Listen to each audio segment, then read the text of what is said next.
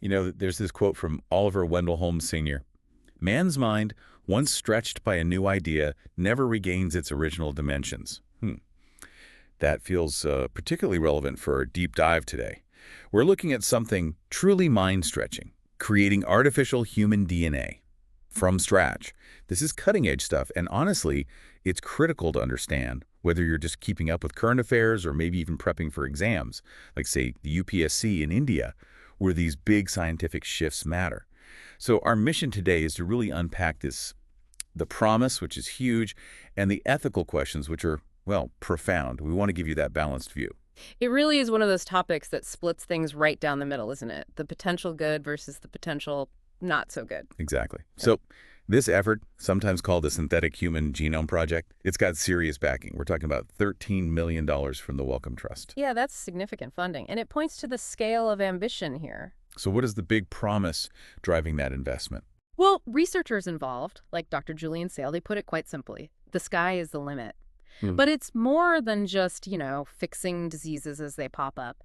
The real idea is about potentially accelerating treatments for things we currently consider incurable. Think about promoting healthier aging or even generating specific disease-resistant cells.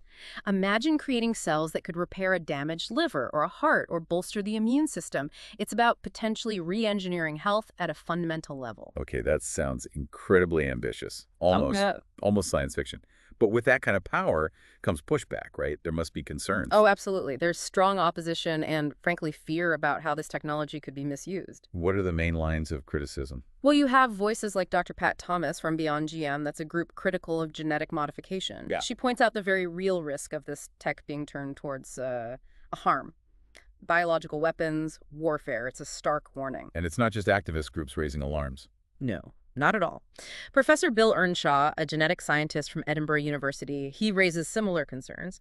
He talks about the potential for creating, biological weapons, sure, but also things like designer babies or genetically enhanced humans, or even, theoretically, creatures that incorporate synthetic human DNA. It sounds wild, but these are the discussions happening. So it's that slippery slope argument we often hear with new tech. Exactly that. Once you start writing the code of life, where do you stop? And then there are these complex follow-on questions like who owns these synthetic parts or the data generated from them. It gets murky very quickly. Right. Let's maybe connect this back to the basics for a second. DNA, we know, is built from A, G, C, and T. The Human Genome Project was about reading that code, this new project. It's about writing it. Precisely. It's a massive leap. Think of the genome as an encyclopedia. The Human Genome Project gave us the text. This project is about learning to write a whole new encyclopedia using just those 4 letters to create functional biological systems. But to be clear, the sources say this is still happening in labs, right? Test tubes, petri dishes. They're not actually creating synthetic people. Correct. That's a crucial distinction. It's confined to the lab for now. The aim isn't synthetic life forms walking around. It's more about achieving a new level of control over human living systems at the cellular level. Okay, so control is the key word there. It is, and that brings us to the core dilemma, doesn't it? You've got this immense potential for good treating diseases, improving health. But on the flip side, if this power, this control is used for, let's say, wrong purposes, the societal and ethical implications are just profound. It forces us to ask big questions about scientific progress, about responsibility, and critically about regulation. How do we manage something this powerful? So wrapping this up, our deep dive really highlights these 2 starkly different faces of synthetic human DNA. On one hand, this incredible therapeutic promise that could genuinely revolutionize medicine. And on the other, these really significant, maybe even terrifying risks if it's misused. Understanding both sides feels essential for everyone, given how fast things are changing. It really is. And maybe the thought to leave you with is this. A scientific discovery, once the ball starts rolling, it tends to be pretty hard to stop.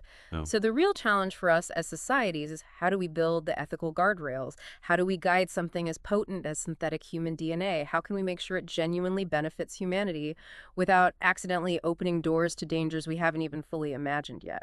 That's the ongoing conversation we all need to be part of.